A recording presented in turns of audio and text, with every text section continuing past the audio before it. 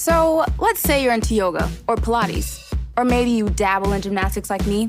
Either way, you know being flexible is key to doing what you love. That's why Smoothie King created this Stretch and Flex smoothie for people like us, with whole fruits and organic veggies, plus type 2 collagen. Make it part of your daily fitness routine to support flexibility and joint health. So try the Stretch and Flex smoothie in tart cherry or pineapple kale. Order online today for pickup or delivery. Smoothie King, rule the day. El nuevo Crispy Chicken Sandwich de McDonald's es... crujiente, tiernito, jugoso. Es pollo de McDonald's. Un mordisco y... ¡wow! Es el nuevo Crispy Chicken Sandwich. Ordena por anticipado en el app de McDonald's. En McDonald's participantes. I'm Mo. I'm Chip. And I'm Mikey. And we're the hosts of the Deep Dark Truth podcast. An allegedly hilarious podcast that investigates bizarre true crimes, conspiracies, mysteries, and the cryptid dating scene. Because local cryptids want to meet you. Call me Bigfoot. 313-355-3411. Find us wherever you listen to podcasts. Don't forget to rate and review this podcast. And keep searching for the deep, dark I truth. hate when you guys do that. Hike the trail? Check. Order takeout? Check. Schedule heart checkup? Done. We've all adapted to a new way of living. Keep your healthcare on schedule with Johns Hopkins Medicine, where your health and safety are our highest priorities. We're ready to care for you through virtual and in-person visits across Maryland and the greater Washington region. Your health, our experts, safely caring for you. Schedule your care now. Learn more at hopkinsmedicine.org/safe. This episode is brought to you by the Slash and Cast Podcast Network. Learn more at slashandcast.net. Welcome back to Reverie True Crime. I'm your host, Paige, and today's episode is a paranormal one. Back in 2011, the Ammons family claimed there were demons in their new home. In the end, Zak Bagans bought the home and ended up demolishing it. So let's get into what was going on in this so-called demon house.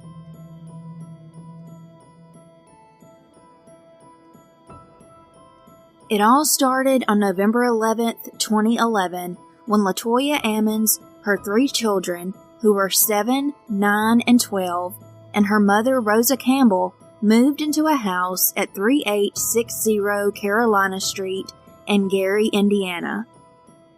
That December, they said there were black flies surrounding their porch. The flies would go away, but they would always come back, even when Latoya thought she had killed all of them. Latoya's mother, Rosa, started to hear what sounded like someone walking around in the basement.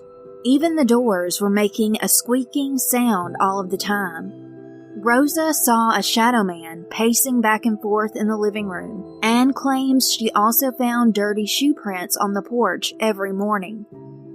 She also said an entity that she could not see would start choking her. Latoya's 12-year-old little girl allegedly levitated off of her bed while she was unaware and out cold. She even had a friend over who was staying the night. Everyone said that they were saying prayers over the 12-year-old until she came down and back onto the bed.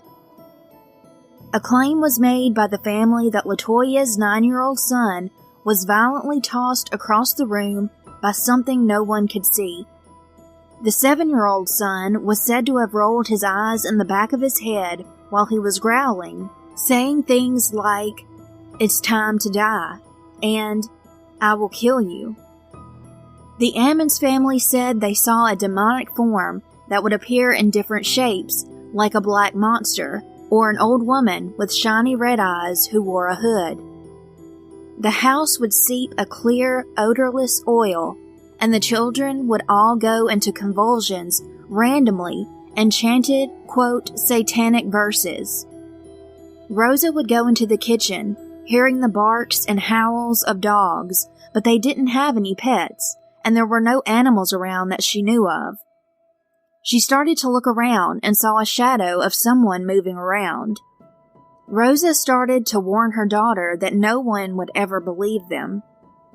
On April 19th, 2012, the family was terrified and got in touch with their physician, Dr. Jeffrey, and asked him to come to the house.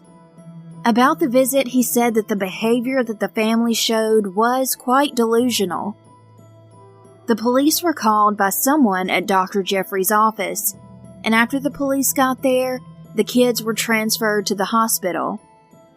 The 9-year-old son was said to be acting sensibly, but the 7-year-old was said to be yelling and flailing around. The physician was doubting the accusations that were made by the Ammons family. He said he never saw anything paranormal at the home. According to his medical notes, he said that there were delusions of ghosts in the home and hallucinations. Latoya's children would miss school often. There was even a complaint filed against Latoya in 2009.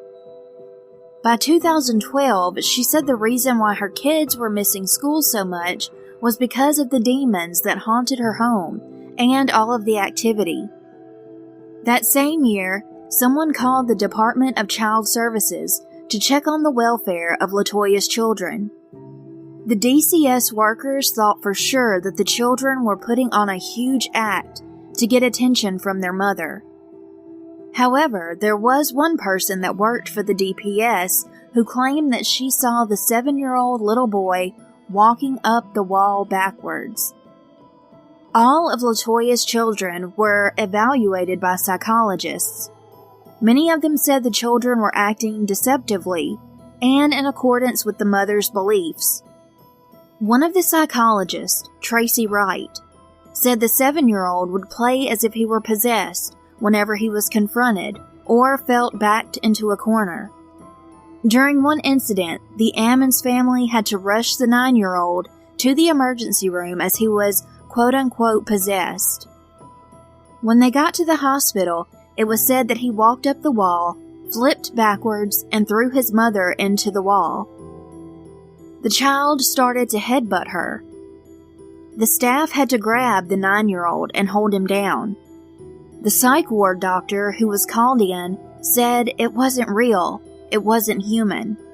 He said no human can do what that little boy did. Charles Austin, a police captain, at the time 37 years old, reported that he truly believed there was definitely paranormal action happening in the home. He was a skeptic who went into the home thinking this was nothing but a fake claim, but he came out a believer after he said he felt that his life was in danger. There was a picture in the Indianapolis Star. It shows an eerie shadow figure in the window. This picture was taken when no one else was in the home. Captain Austin said in 2014 that he was skeptical. He was leading the pack through the house. He said that when they walked in, the first thing they saw in the living room was a candle burning and a Bible and a little altar with a crucifix. It was the same in every room in the house. He said there was a drawing on the refrigerator done by one of the boys that was Jesus on the cross, but behind him there looked like demonic figures. Captain Austin went on to say that underneath the stairs was dirt and a candle. He said he was trying to figure out what was going on there, because the rest of the basement was cement. He took pictures of the candles and the crucifix under the stairs on the dirt. These pictures that he took on his iPhone later vanished, and he said that the same phone never worked the same again. Captain Austin said the pictures showed figures he didn't see with his bare eyes, and that they were lurking around him and under the stairs. On one visit to the home, Samantha Illick, one of the DPS workers, touched a cabinet oozing a clear oil.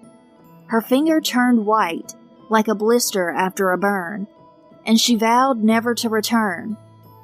A picture of this is shown on the Daily Mail. Captain Austin said, quote, "She touched it with her pinky, and her finger just went flush free of blood. It was white like it was dead. She was holding up her hand saying her finger was numb and the side of her hand," end quote. Joe Nickel, an investigator that isn't sold on paranormal activity being a real occurrence, said that Charles Austin was an admitted believer in the supernatural, including ghosts. Joe said that the picture in the Indianapolis Star had a caption that said it was a photo by the Hammond police. He went on record to say that the picture was not taken by the Hammond police. Joe sat down with many witnesses, and he believed there were quite a few answers that were not otherworldly that explained the alleged paranormal and demonic activity. Latoya claimed that a few police thought the home was a portal to hell. When the activity in the house was being reported in 2012, it seemed the majority of the police, doctors, nurses, paramedics, and social workers did not really want to get involved or speak too much about it. However, afterwards, some of the ones that were connected to the case said they were assaulted by demons. They were scared, and they believed the whole family was possessed by something or things that were forces of evil. Captain Austin said when he left the house, he was aggravated, and he said, "Enough of this garbage." He was having a hard time believing what he was going through. He drove off to a gas station and made a phone call. He had his police radio on. He said there was a loud growl coming from the AM/FM radio that yelled, "You, out of here." Then there was a lot of garbled sounds and static. He said after that, all of the officers who had been with him that day had issues with their radios, phones, and even alarms on their houses. 2 weeks later, something startling happened to Captain Austin. When he pulled up into his driveway, the electric door to his garage would not open. It was working fine before. He said he kept pressing the keypad until he finally gave up. He got out of his SUV to flip the main power in the garage, but it didn't work. He walked back to his vehicle. His driver's seat was moving forwards and backwards repeatedly on its own. He took the SUV to get it looked at, and the worker said if he had not brought it in, it could have eventually caused an accident, and it could have gotten the captain killed. For some strange reason, the seat was on the verge of collapsing. Latoya and her family were still feeling plagued by whatever it was in the house. She said that she and her family almost lost their lives there. They finally called on Father Michael Maginot to perform an exorcism.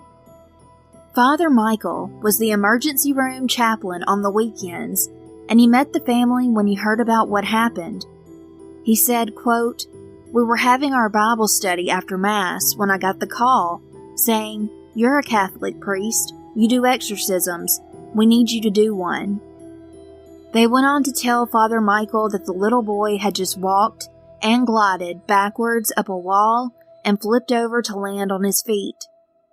Father Maginot said, quote, "They said he was growling. They described all sorts of things. I went, of course." He came into the situation actually trying to disprove their story.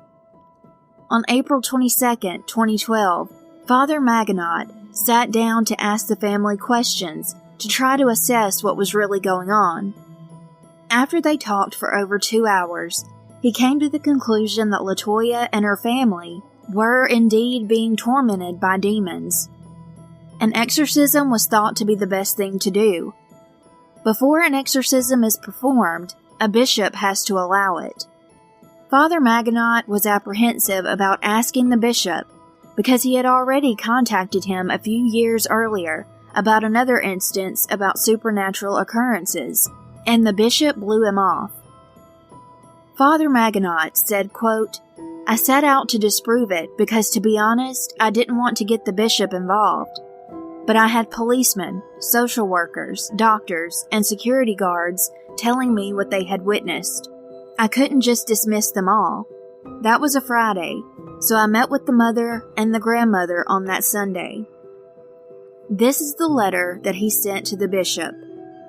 Hike the trail? Check. Order takeout? Check. Schedule heart checkup? Done. We've all adapted to a new way of living. Keep your healthcare on schedule with Johns Hopkins Medicine, where your health and safety are our highest priorities. We're ready to care for you through virtual and in-person visits across Maryland and the greater Washington region. Your health, our experts, safely caring for you. Schedule your care now. Learn more at hopkinsmedicine.org/safe. The letter is titled Report Seeking Permission of Bishop for Exorcism.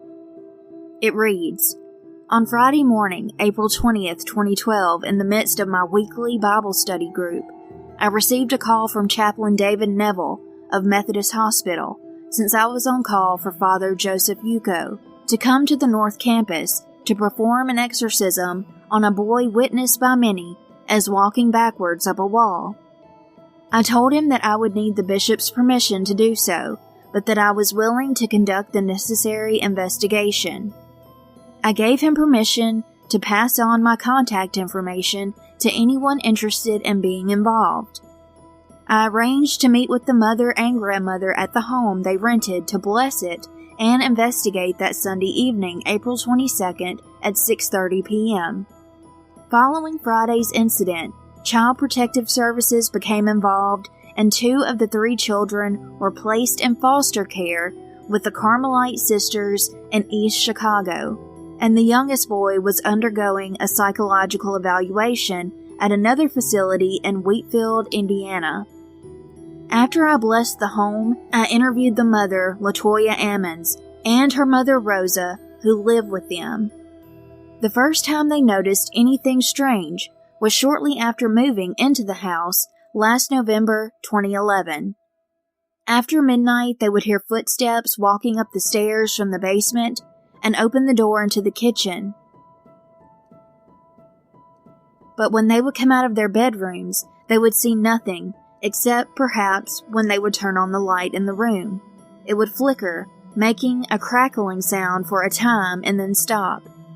When this continued, they later would leave their bedroom doors open to see if they could notice anything further. And one night after 3 a.m, the grandmother was awakened to see a shadowy figure of a man pace back and forth in the living room. And when they got up the next morning, they saw on the wooden floor of their living room what looked like muddy footprints, like from a boot. After this, they put a lock on the kitchen door to the basement, and when they would hear the footsteps come up the stairs and try to open the door, they would hear pounding on the door. Shortly after this, the kids would be affected during the day after school. One day, the daughter, just recently turned 12, tried to get into her bedroom, and the door was closed and she couldn't open it, as if someone was holding it shut, and after several tries, it flew open. One night, Rosa was watching television and heard what sounded like a dog barking in the kitchen. When she went in to investigate, she didn't see anything, but she heard scratching on the door. She still didn't see anything when she finally opened it.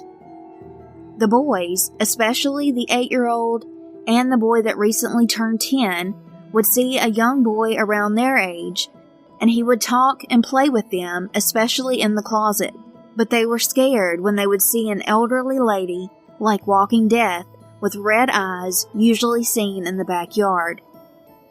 There seemed to be mechanical difficulties, such as the TV getting messed up, static on cell phones interrupting calls, the engine lights on their cars turning on and off, thermostat settings getting changed, things being hidden, and other such annoyances. Occasionally, they would see the sticks that adjust the Venetian blinds rock back and forth, move from one window to the next. During the winter, the porch was filled with horseflies, and later, some 2 buckets of dirt from underneath the stairs had to be swept up. Soon, the children seemed to be affected physically by becoming sick with vomiting, diarrhea, and fever, with a lot of bleeding around the mouth and nose that would be left on their pillowcases, and the mother had 3 different kidney ailments back to back. In early March, things would be ratcheted up to an unbearable level, forcing the family to leave the house before Easter.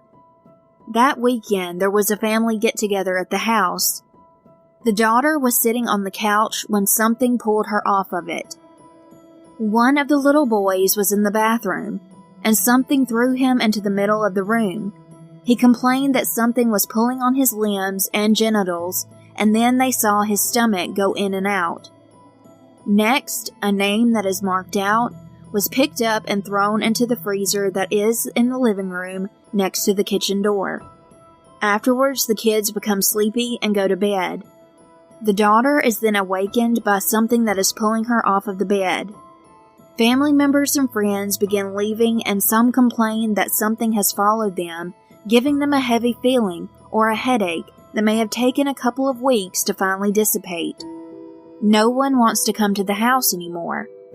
Rosa tries to contact her mother Ruth over the phone about what has occurred, which takes several tries due to the bad connections, static, one can hear the other while the other can't, except for cursing, which both could hear. When Ruth tried to call back, 10 zeros appeared on Rosa's phone, which left a garbled message. Eventually, they were able to communicate to the point that Ruth would talk to her neighbor, who belongs to a church that deals with deliverance more than their Baptist church, which was reluctant to get involved in such a way. Early that week, Ruth brought in an evangelist to pray over the kids. When she went into the basement, she felt a lot of activity that was confusing and felt that Latoya was the one being attacked and would attack others through her, and that she would need an exorcism.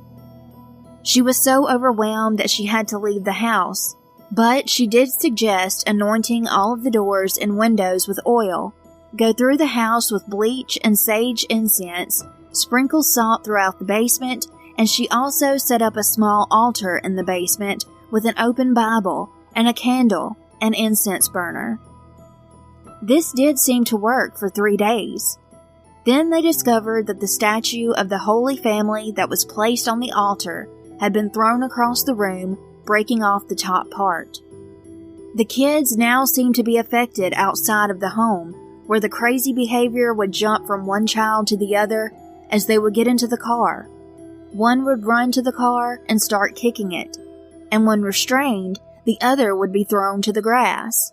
Then one would start cussing or saying that it is time to kill or do some sort of demonic chant, where one would stop and the other would pick up where the other left off. Once inside of the car, one would be rolling his head and then stop, and the other would start banging his head on the armrest and then stop. And then the crazy demonic talk would start moving from one to the other. When the entities leave, they fall asleep. The last straw was when they witnessed a Febreze bottle levitating and moving back and forth in the living room before being thrown into Latoya's bedroom that sounded like an explosion, which knocked the lamp to the ground, breaking it. When Latoya went into the bedroom to investigate, she saw a large, dark shadow figure at the closet. With that, the family quickly got some clothes and went to a hotel, but the entity seemed to follow them there. They eventually went to stay at Latoya's brother's house, refusing to go back to their house, especially at night, but the entity seemed to follow them there, though it would be more active once outside of the home. When it was time to go back to school, the kids were so affected that they stopped going to school, which got the authorities involved. She was taking the kids to the doctors when they were under a severe attack, where one would act crazy and then fall asleep and then go to the next. When the doctor witnessed this, he told her to take the kids to the hospital to run a series of tests, which she would do the next day. The infamous incident occurred. The way it is described was that Rosa was holding the son by his hands while he was growling back at her, and she was trying to coax him back and saying, "You are not blank. Blank, come back." The children's names are blacked out in the letter since they were under the age of 18. So Rosa was walking him back up against the wall when he continued to walk backwards up the wall until her hands were over her head, and he immediately flipped over her head to land on the other side where she never let go or got twisted up. The psychologist and the social worker from Child Protective Services left the room to eventually get the security, which got the police involved as well. Rosa interrupted the interview, pointing to the bathroom light that was flickering and making an electric type of noise. I then got up to take a closer look and it stopped the moment I got to the door. I returned back to the couch to continue the interview when the flickering started up again, and again I got up to investigate, and again it stopped just as I got to the door. I returned and mentioned that it must be scared of me when it started up again, and this time it continued even after I entered the room to take a look. I then went back to get my crucifix, and it still continued even after I touched the light fixture with it. I then ignored it to continue the interview. Soon we were interrupted again when Rosa pointed to the Venetian blinds in the kitchen, and the stick that opens them was rocking back and forth about 1/4 of an inch. When I was looking at the other blinds, I noticed the one in Latoya's bedroom had what seemed to be a couple of ounces of water poured down the middle of them. I pointed that out to them, and she mentioned that it was oil and that she made the sign of the cross on all of the windows, doors, and blinds about a month ago where it had dried. I felt it, and it was wet and oily. I didn't remember seeing it before when I blessed the room. I then heard the furnace kick on and went to look at the blinds, and in the kitchen you can see the effect that the vent had underneath, moving the tags at the end of the cords that open them. When I pointed that out to them, they mentioned that this is the only place below a window where there is a vent, where they mainly run along the wall in the middle of the house. I also don't remember seeing any of the tags move. When the furnace kicked off, the tags stopped moving, but the stick continued rocking from one window to the next, while the tags remained, still ruling out the cause of being air currents of any sort. When I tried to resume the interview again, we were interrupted by Rosa pointing to the floor to what seemed to be wet footprints throughout the living room and concentrating around the chair Latoya was sitting in. I felt them and they were wet, and when I tried to smear them with my foot, I was able to. Even though I sprinkled the floor with holy water as I went through the house, you would almost have to walk through a puddle to reproduce what we were seeing, and I don't recall seeing that before. Soon, Latoya began complaining about having a headache. I got my crucifix and placed it upon her head, and she began to quiver and convulse. I immediately took it off, since I was only prepared to conduct an investigation and didn't want to go any further. She then said that she was freezing and went into her bedroom to get a blanket, and then she threw it off, saying that she was then burning up. I was surprised, since I only heard stories of how it was affecting the children. I asked if it affected Rosa also, and she said that it never really affected her. Latoya was then becoming lightheaded and finding it difficult to concentrate and talk. I then looked at my watch and was surprised to see that it was 10:30 p.m. She could call me later that week and we could finish talking. I also gave them permission to give my phone number to other witnesses and they could call me. I then gave her and her mother a blessing as requested and left the house with them. The next day, Rosa called me to say that Latoya was sick as a dog and that she was sleeping in the same room when they woke up to something moving the covers of their feet. Latoya mentioned that her brother is moving to Indianapolis and that there is another place available there with the same landlord. I told her that I would be willing to go out there and bless her new home, since that could avoid going through all the hassle of procuring an exorcism. That Tuesday, I got a call from her friend, Blank, who was present at the March 10th get-together, seeing the daughter mysteriously be pulled off the couch and complaining about being pulled off the bed. After he left the house, he had a headache that lasted about 2 weeks and will never go back to that house again. That same day, I got a call from her brother, who confirmed the same event. When they were staying at his house, he witnessed the kids acting strange, like he never saw them before, doing demonic chants involving numbers, where one would pick up where the other left off, and being thrown around and flipped by unseen forces, slamming their heads against the car, and having to be restrained once in the car, and then fall asleep immediately. Friday afternoon, I got a call from the Lake County police detective handling the case. He told me that they were examining the house that past Wednesday during the middle of the day, and we exchanged experiences. He said that the Gary police officer Charles Austin was experiencing strange phenomena on voice and the static until the battery went dead suddenly, even though it was fully charged that morning. He mentioned that he took a lot of pictures and voice recordings, and that he brought a videotape recorder that didn't work since his battery was dead despite being fully charged when he left. He had to use his phone to video record the visit. He was interested in contacting me. On Wednesday, May 2nd, Blank of the Hammond Police Department called that Blank was consulting with him as the former local expert on crimes involving the occult with the present one. He said that he would send me his report along with the DVD of the investigation of the house if that would help my report to the bishop, which I said would indeed. He asked me if I saw the photographs taken by Blank, and I said that I hadn't, and he told me there was one that I needed to look at and that he would contact Blank to send that to me. He did call and sent me the photograph by email, which looked like a white face underneath the stairs to the right, and perhaps a darker greenish face in the middle. He later reviewed his audio recording while he was taking those pictures in the basement, and after he mentioned that noises would be heard in the basement, it picks up someone whispering, "Hey." I mentioned that I was told that the youngest boy liked to play and talk to an unseen boy around his age. He mentioned that he had found it strange that the poured cement floor appeared to be cut underneath the stairs and that there was dirt. He was going to procure a dog. He was going to ask the family and the landlord if you could dig underneath and if I wanted to be there. I told him if it wasn't a crime scene, I would like to see if anything was buried there and pour blessed salt all over that area.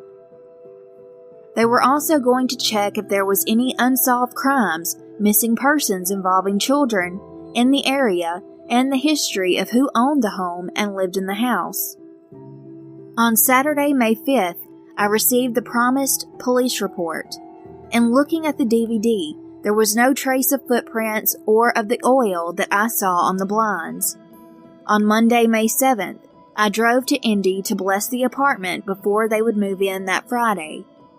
On Wednesday, May 9th, Blank called that they had procured a dog. However, not a cadaver dog, since there is only one with the Chicago Police Department used for looking over a wide area. They said that they would revisit the house the next evening. In their research, they discovered that the house was built in 1926 and a newlywed white couple moved in and lived there all their life. After she died, it was sold and the new owners never lived there, but would rent it out to various tenants. The present owner bought the house in 2004 and rented it out to various tenants. On the block, there was one murder, a domestic dispute that was solved. The next day, when the house was revisited, I was there. There was no reaction by the dog. The police began digging slowly, and at 2 feet deep, many disturbing things began to turn up, beginning with a fingernail, then a pair of woman's underwear, a heavy metal object that seemed to be there a long time and was thought to be the weight that would hold down a drapery cord.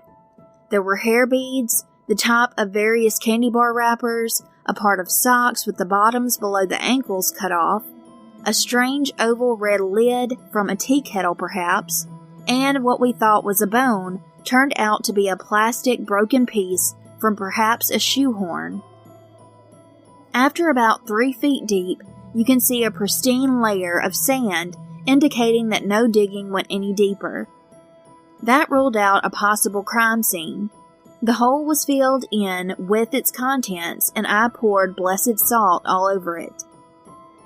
A possibility that back in the 30s, the couple's son may have accidentally been killed when he was playing around by swinging the drapery cord, when he was conked over the head by the 10-pound weight. The grieving mother may have turned to the occult to conjure up her son with having her husband's involvement who liked the energy boost from candy bars while burying the personal items surrounding the death.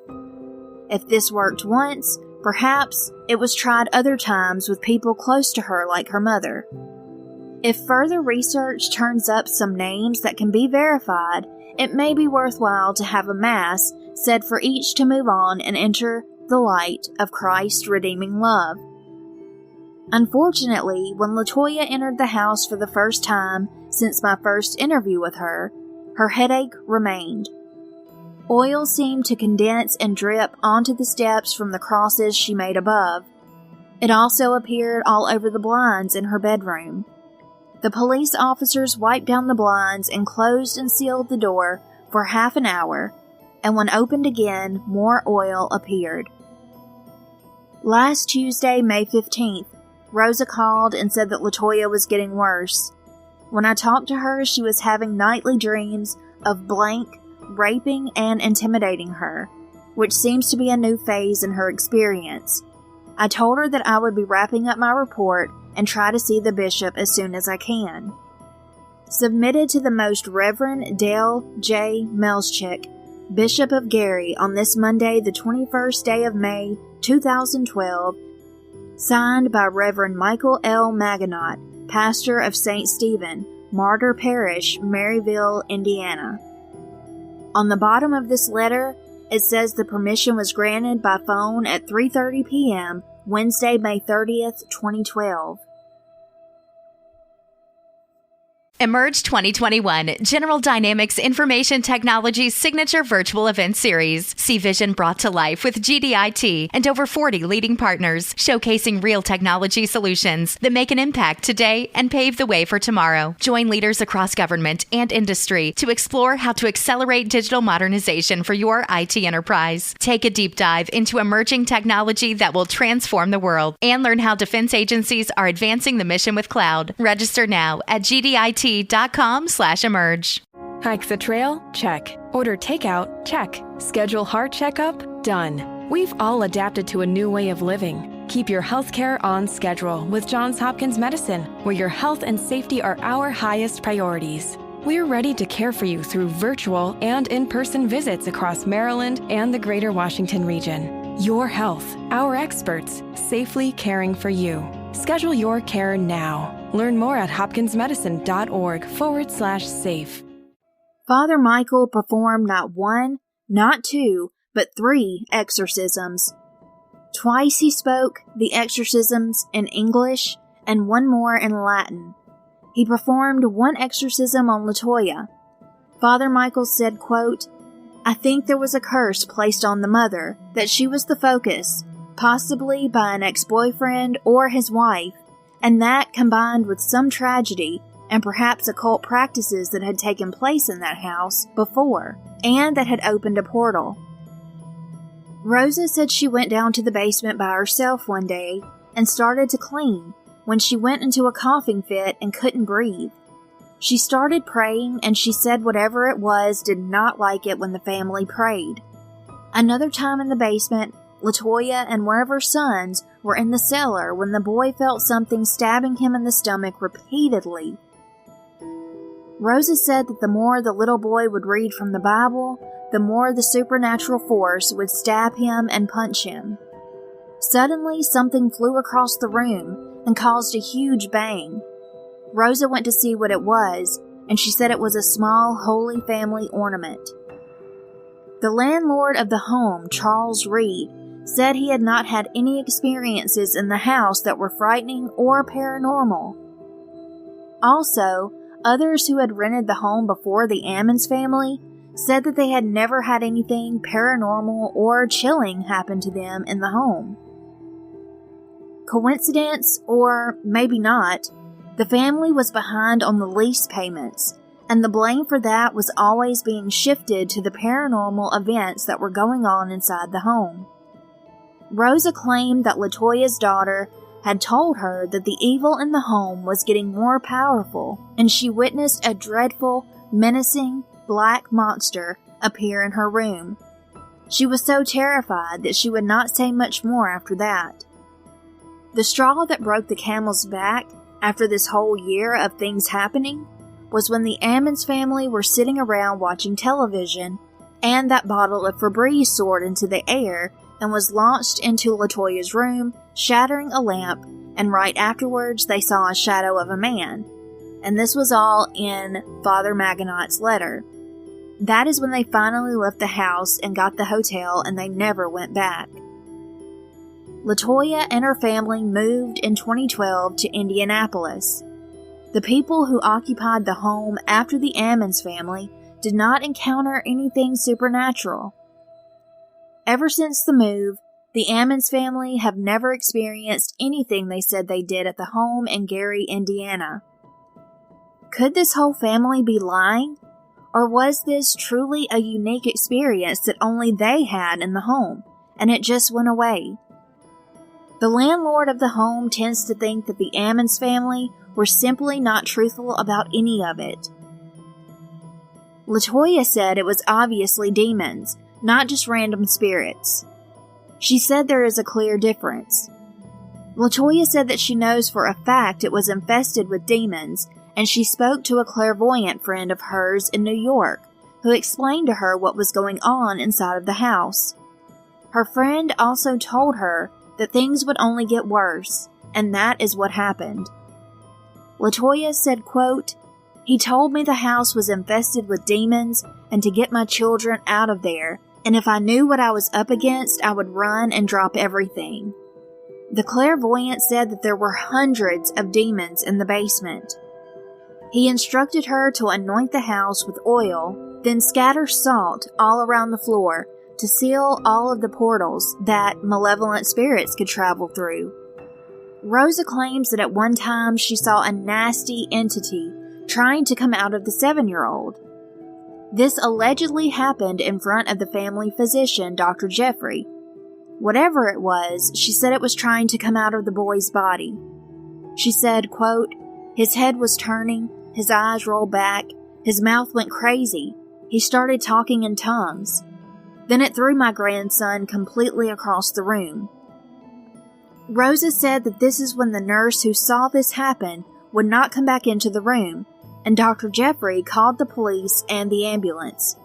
The 2 little boys fainted before the ambulance got there. This is the same time that Rosa said her grandson was making gurgling noises and growling, then walked backwards up the wall and glided upwards, walking backwards right above her head as she held his hands and tried to guide him back down the wall.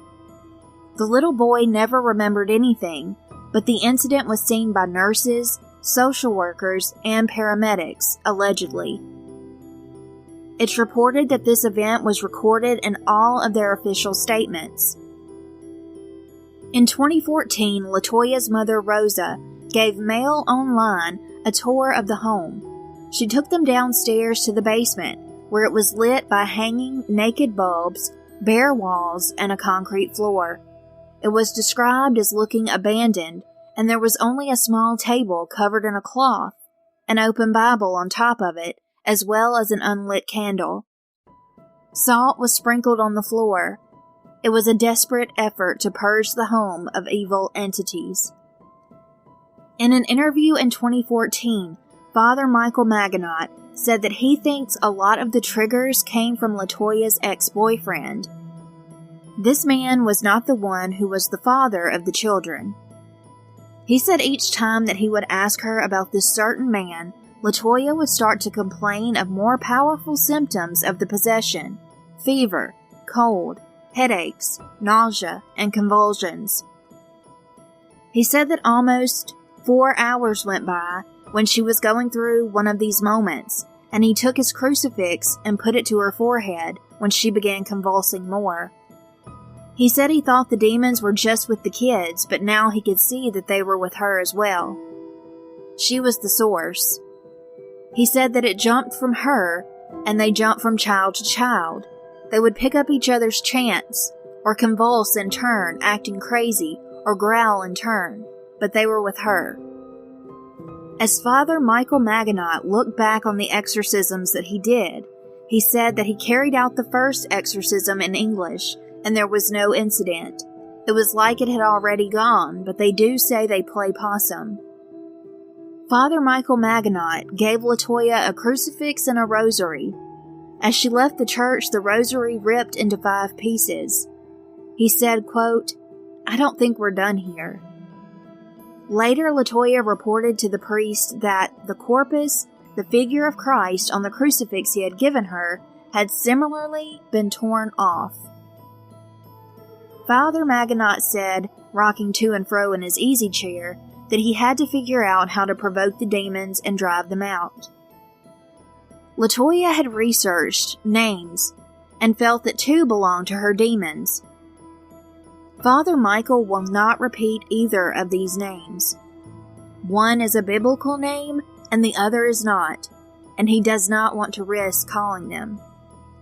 He explained, quote, "It's a very personal thing. Once you have their name, it's as though you have them caught. They like to work in mystery and darkness. Once you shine a light, you show their limitations, and they don't like that." He talked about being attacked after he performed the second exorcism. When Father Michael was out riding his bike, several times he almost got into accidents, and unexplainably, he was thrown from the seat of his bike. He said that he looked and saw that the seat of his bike was completely twisted, but it made no sense because it was absolutely tight and he had to really pound it to straighten it out. He said he had no doubt that he had been attacked. He said he was being warned. The response to the second exorcism was more violent. Father Maginot explained that the exorcism is a ritual repeated over and over, with the priest narrowing in on the demon and its triggers. He said that you try to protect yourself as much as you can. You go to confession, because if there are unconfessed sins, it will use that. It will use anything possible to deflect, or distract, or scare you. He said you think you're torturing the person, but you're not. You're torturing the demon. The final exorcism was in Latin, praising God and condemning the demon. The parts that were praising God, there was no reaction from Latoya.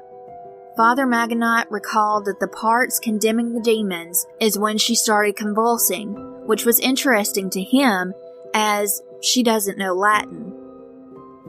Latoya said that she felt herself being pulled up as if to levitate, but Father Maginot saw no sign of that.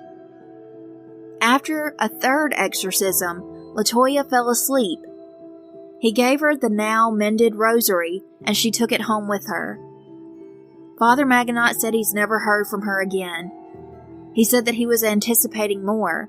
He was anticipating another, at least, but it turned out the game was over. After the final exorcism, Father Maginot visited the house and blessed it with what he referred to as a more serious blessing.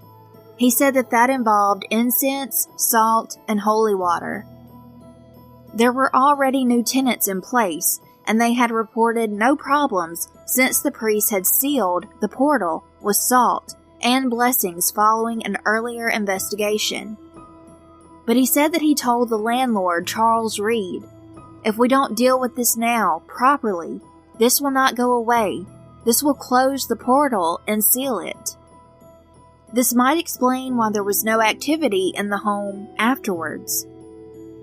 In 2014, Zak Bagans of the hit Travel Channel TV show Ghost Adventures bought the house on 3860 Carolina Street.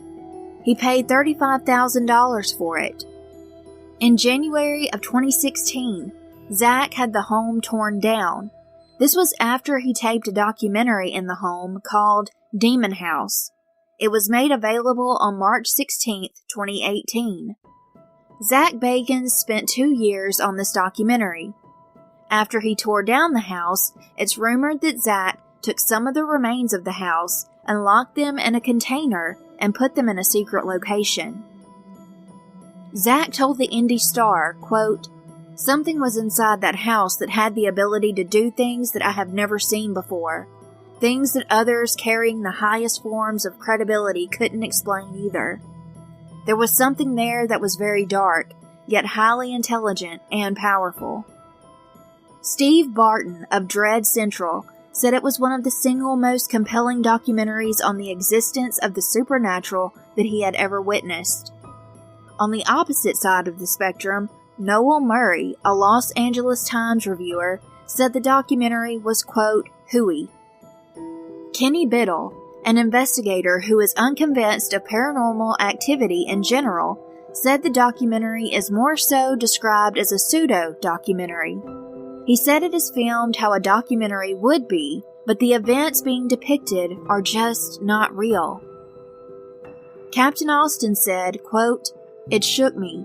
Everything to do with this. It shook me. This was a situation that was so out of my normal habitat. Did it shake me? Yes, to a certain degree it did. You tell me, what do you think happened? So I have the same question for all of you. What do you think happened? Thank you for listening to today's episode. I want to give a quick thank you to my patrons at patreon.com/ReverieTrueCrime. Thank you Jamie, A.A. Sapper, Buffy, Angel, Iris, Ashley, Jimmy, Corey, Joe, Casey, Shannon, Matt, Ian, Brandy, Chelsea, Maggie, Liz, Shayna, Trevor, Kara, Melissa, Lorraine, and Denise. Thank you all so much for supporting me and the podcast however you choose to. Please take care and stay safe out there. I love ya.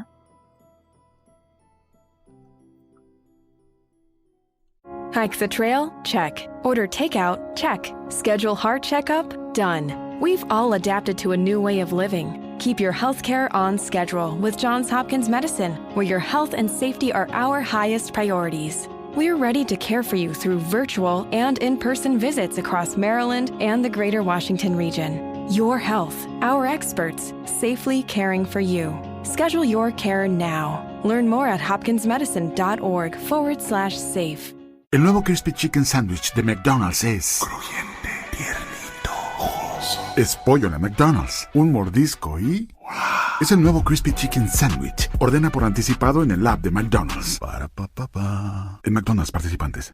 Hike the trail? Check. Order takeout? Check. Schedule heart checkup? Done. We've all adapted to a new way of living. Keep your healthcare on schedule with Johns Hopkins Medicine, where your health and safety are our highest priorities. We're ready to care for you through virtual and in-person visits across Maryland and the greater Washington region. Your health, our experts, safely caring for you. Schedule your care now. Learn more at hopkinsmedicine.org/safe. Spark innovation across your federal agency with IT hardware, software, and services from Connection Public Sector Solutions. Your technology procurement challenges will meet their match as Connection's dedicated account managers offer exceptional customer service, and our extensive list of supported federal contracts means you'll always get a price that works for your budget. Learn more about innovation for your agency with Connection Public Sector Solutions at connection.com/fedcontracts.